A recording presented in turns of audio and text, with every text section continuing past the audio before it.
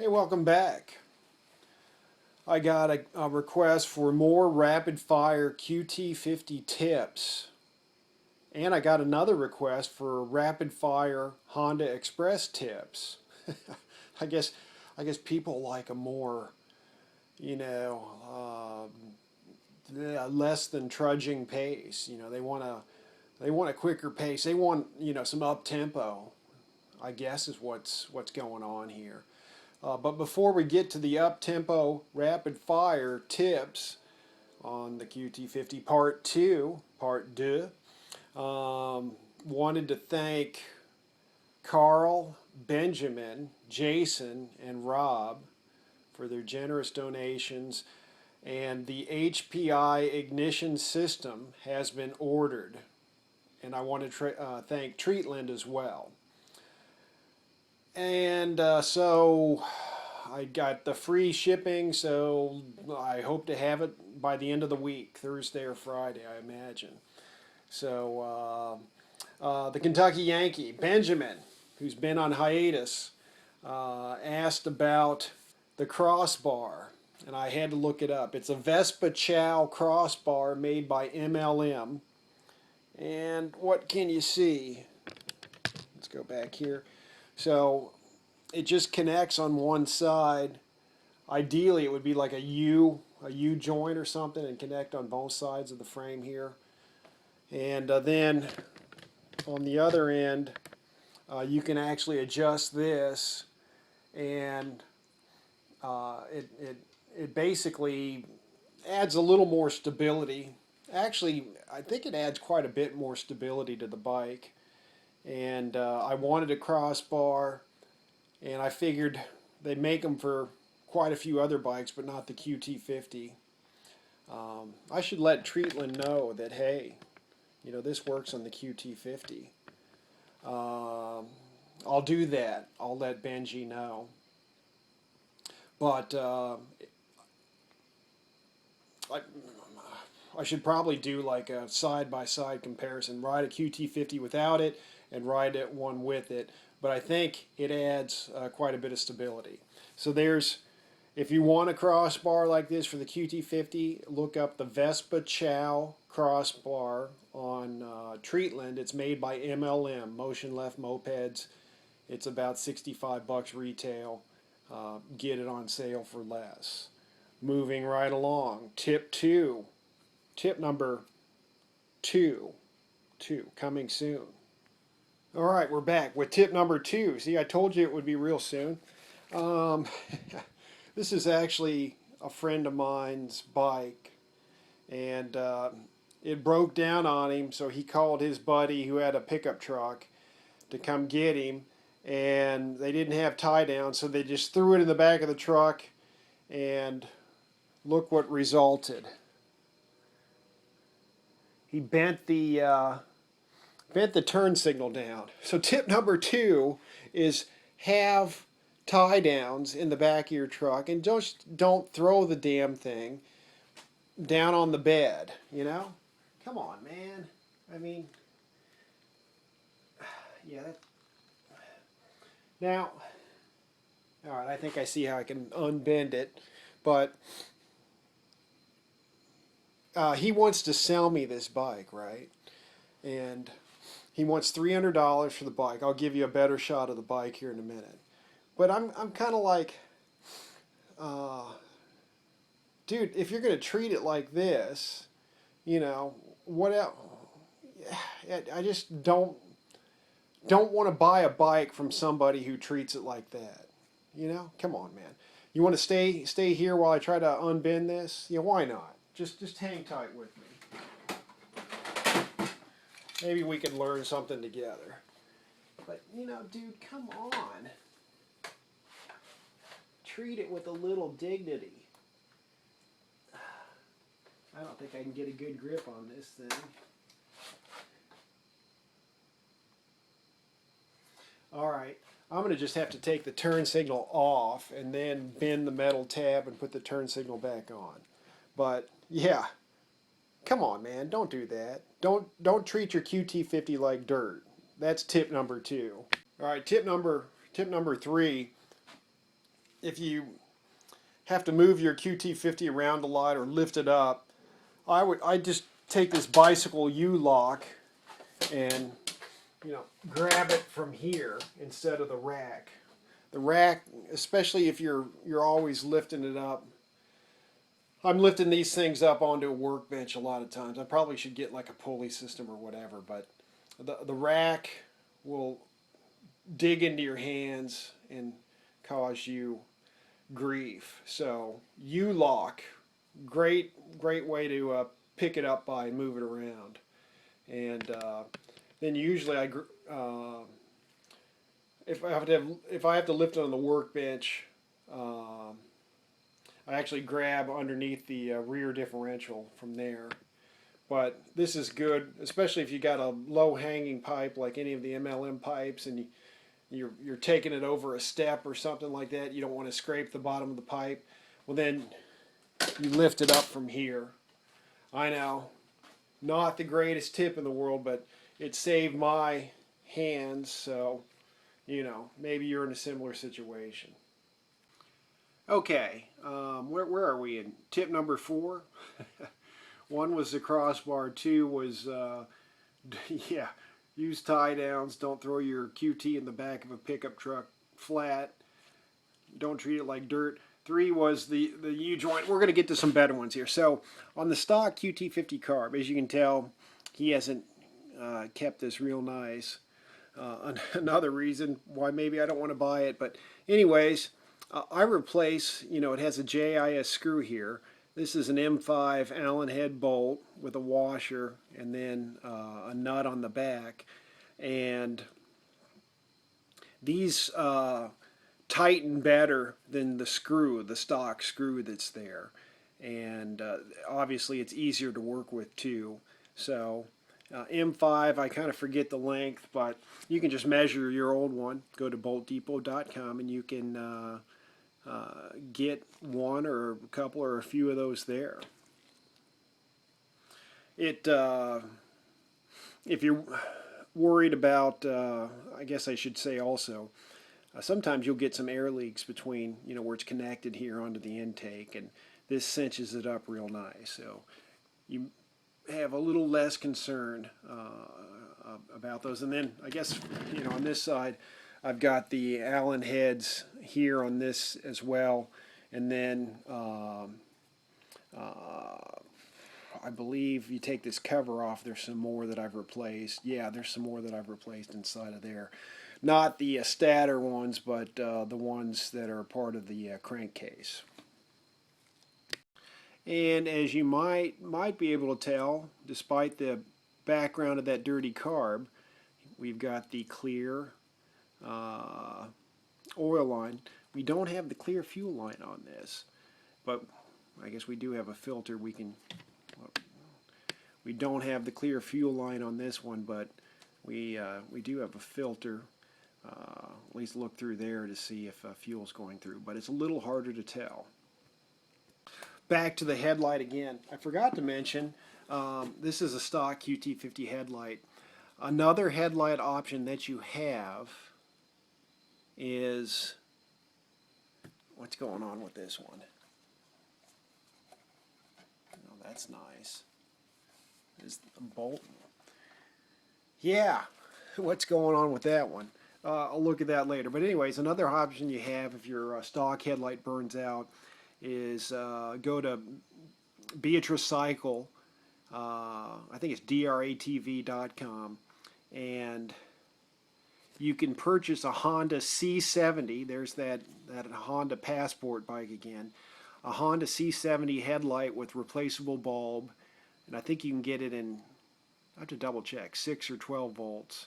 It might just be 12 volts, but it basically, the only thing you have to do, you might have to mess with the wiring a little bit, but that's no big deal. And then the other thing you have to do, I haven't done it in a while, but I've done it on a few QT50s, is drill a couple small holes in it and get some small screws, washers, and nuts from the hardware store and some Loctite thread locker, and you can basically attach it to, I think I attach it to the qt50 headlight bezel, that's right. And it's a great substitute that comes with a replaceable bulb. So the Honda C70 headlight at Beatricycle, dratv.com. I saw this on the black QT50 that I just had, and the buyer finally picked it up earlier this week. You know, you've got your Kickstarter rubbers, which are easy enough to get, but the previous owner of the black QT50 had purchased some fuel line, I guess it was, and it couldn't have been 1/4 inch. It must have been 3/8, or do they make 1/2 inch fuel line? And he had just cut it and slid it on over there. It's not quite as thick as the stock kickstart rubber here, but it's better than just a bare one, I guess, and it's probably super cheap because you can probably buy that at a mower store by the foot or less, you know, for probably, you know, I don't know, $1.50 a foot or something like that. But that was interesting. I'd never seen that before. I've seen guys paint the whole engine before, which seems like quite a bit of work and quite a bit of taping and masking off areas. Got spiders coming, little spiders coming down some. Well, never mind, you don't care, right? Anyhow, if you want to do an easy way to spruce up your engine is, I kind of like the black cover look, or you could just paint it silver or whatever color you want. I don't care, but you can, you know, easily spray paint, you know, hit both these covers on each side with spray paint, and even hit the cover on the rear differential. Kind of gives it a little different look, and I kind of like, you know, the matte black look, or you can go with this, you know, satin or the gloss or whatever you want, and just take you probably, you know, quick 20 minutes to slap, or 30 minutes, with however long you want to let them dry, and how many coats you want to put on them, maybe 40 minutes, I don't know. But anyways, you can just lay out all three, clean them, sand them, and just go at it, and have yourself a nicer looking engine. Here's something I was doing today. If you ever buy one of those clone carbs for the QT50 off eBay, they come with this is the chamber cap for the top of the carb, and they come with these like extra long cable guides, or whatever you want to call them. I've kind of turned them out to the sides, and of course I don't think you can get those to work with the stock cables, because you got to have that much more bare cable, and the stock carb just has adjusters, but they're a lot shorter than this. So I wanted to make a complete stock carb and not use this chamber cap, but I didn't have any more of these adjustable cable guides, or whatever you want to call them, and they were originally on here. So I just took a hacksaw and hacksawed them off, and then you can take these. Of course, I got to sand this down or whatever, but let me find that carb. I just had it a minute ago. Yeah, where did it go? Here it is. It's right in front of my face. You can just screw these. This one, oh, there it goes.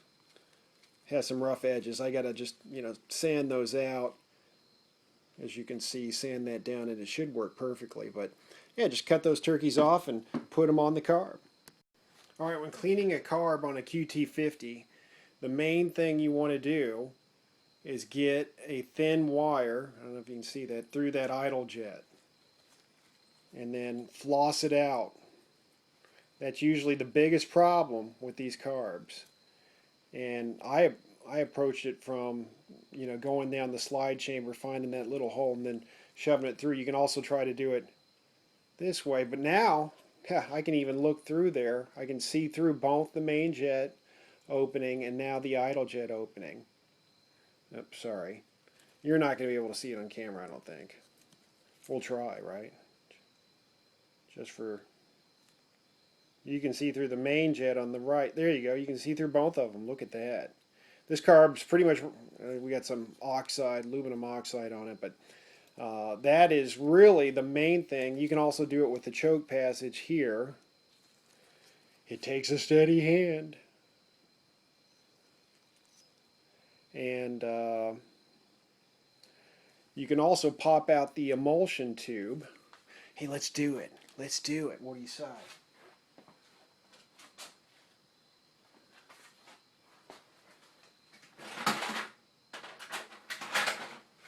Get it on cam. I think I've just got like a little punch thing.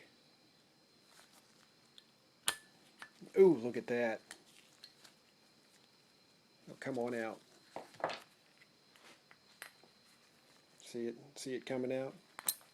Oh, that was yucky. Oh my. Or a golf tee is probably a safer way to push that out. But yeah, you could get a bigger wire and pass that through all these emulsion tube holes. And well, here's another tip. See if we can focus that. So, which way does it go? I think it's like this. It's been a while since I've messed with this. But this is probably not even really worth your trouble.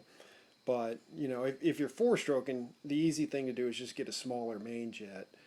But you could also, as you go to full full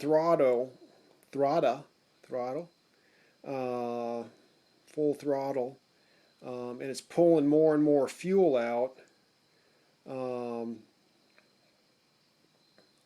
I think the bottom ones are the key at full throttle. You could actually open those up more and get more air into the system to lean out the system more if you wanted to do that. But you can experiment with that. I read about it. I'll have to look it up again because I'm a little unsure. But I think as you go to full throttle, the fuel level goes down, or more air takes up the space, and then yeah, I think the fuel level goes down, and so, excuse me, you can open up these holes towards the bottom to get more air at full throttle. But like I said, you're probably better off just going to a smaller main jet if you're having four-stroking problems on the qt50. Oh, and by the way, this is the high string on a mandolin. It's like 0.3 millimeters in diameter, and it's great for the idle jet on this bike and other bikes like the Honda Express. And oh, the other thing about this, if you have a thin enough screwdriver, you could actually try to get in there and remove the idle jet. However, on these ancient carbs, what you're going to probably do is just strip the idle jet and never get it out. So I wouldn't even bother with the screwdriver. I would just go with the, where is it? There it is. Look at that, man. You can see right through that. I would just go through with the mandolin string. That's what I'm trying to say. You can do it. Here you go. Here's that carb Allen head bolt, 5 millimeters by 0.8 millimeters by 25 millimeters long. And also, if you ever have to change jets a lot on the qt50 carb, you don't need all 4 float bowl screws. You just need 2, one at one corner and one at another corner. So that makes it easier to get the bowl off and on when you've got to change the jet several times because you're trying to figure out the right jet. Alright, we'll end here with a look at the Gemco, which has a new exhaust gasket. We've got a bigger main jet. We're just waiting on the lock ring spanner tool to tighten. I'll show you. Tighten up that lock ring, those lock rings. and then we're going to take it out and see if we've got it tuned in, and then hopefully it is, or close to it. And then we've got the HPI ignition project, which will require quite a bit of tuning, I assume, once it's been installed, and it's going to be an interesting install. So stay tuned. Thanks again for everybody who helped out. I think this will be an educational and informative, as well as just plain old good time. Thanks for watching.